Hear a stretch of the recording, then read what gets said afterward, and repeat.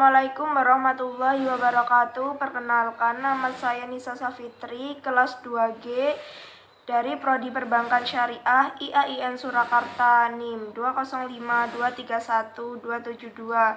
Di sini saya akan menjelaskan tentang perjanjian Giyanti dan terbelahnya Jawa.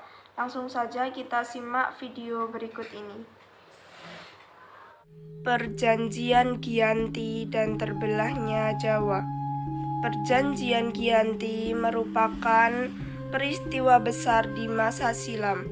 Perjanjian ini lahir sebagai sebuah kesepakatan segitiga politik antar Pakubuwono III, Pangeran Mangkubumi, dan Perserikatan Dagang Hindia Belanda atau VOC pada 13 Februari 1755. Nama Giyanti sendiri diambil dari lokasi penandatanganan perjanjian, yaitu di Desa Janti. Dalam pelafalan Belanda disebut sebagai Giyanti, dan secara tertulis ia terbaca Giyanti. Tempat tersebut sekarang dikenal dengan Duku Kerten Jantiharjo, Karanganyar, Jawa Tengah. Pasca perpindahan Keraton Kartasura ke Surakarta, api dari peristiwa Geger Pecingan belum mati tepat di sumbunya. Ketika itu, Mangkubumi yang membantu Pakubuwono II dalam meredakan api konflik mendapatkan hadiah sebidang tanah dari Pakubuwono II. Namun, luas tanah yang diberikan rupanya menimbulkan kecemburuan. Salah seorang pangeran lalu mengeluhkan ketidakadilan tersebut kepada Gubernur Jenderal Baron van Imhoff. Gubernur Jenderal Batavia itu lantas membuat keputusan yang membuat tanah tersebut tidak jadi dimiliki oleh Mangkubumi. Akhirnya Mangkubumi memutuskan untuk pergi keluar Jawa. Pakubuwono II pun memberi uang saku sebesar 3.000 miliar untuk jatah makan Mangkubumi beserta anak buahnya. Sejak itulah pecahnya perang Mangkubumi. Puluhan ribu prajurit kompeni dan Jawa tewas. Perlawanan ini mendorong Gubernur VOC Jawa Utara Nicholas Harting mengambil sikap untuk menyelamatkan daerah operasionalnya. Secara tertutup, Harting melakukan perundingan dengan Pangeran Mangkubumi. Setelah berkali-kali melakukan perundingan, Harting sepakat dengan keinginan Mangkubumi yang hendak menjadi penguasa di tanah Jawa. Pada 23 September 1754, nota kesepahaman antara VOC dan Mangkubumi terlaksana, dan nota tersebut disampaikan Pakubuwono III, sang pengganti Pakubuwono II. Nota tersebut menyatakan bahwa Pangeran Mangkubumi mendapatkan wilayahnya. Pada 4 November 1754, Pakubuwono III menyatakan persetujuannya terhadap hasil perundingan Gubernur Jawa Utara dengan Mangkubumi.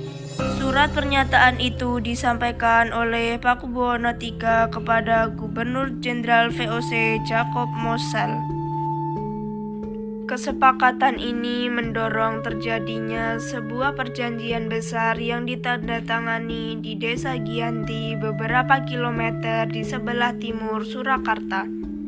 Penandatanganan Giyanti ini menjadi pangkal terbelahnya Jawa menjadi dua bagian, atau yang dikenal Palihan Nagari.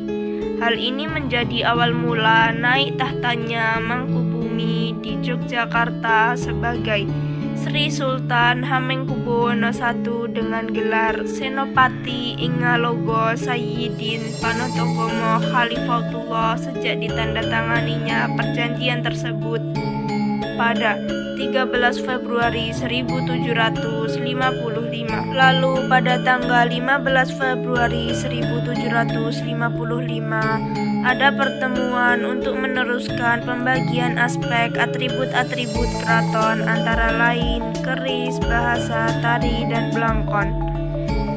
Sementara itu, pasca perjanjian Giyanti, Raden Mas Said atau Pangeran Sambernyawa yang dahulu membantu Mangkubumi masih terus melakukan pemberontakan.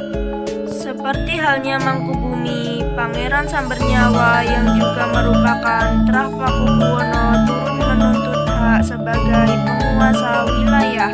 Dalam gerakannya pada Oktober 1755, Pangeran Sambernyawa berhasil mengalahkan satu kelompok pasukan VOC.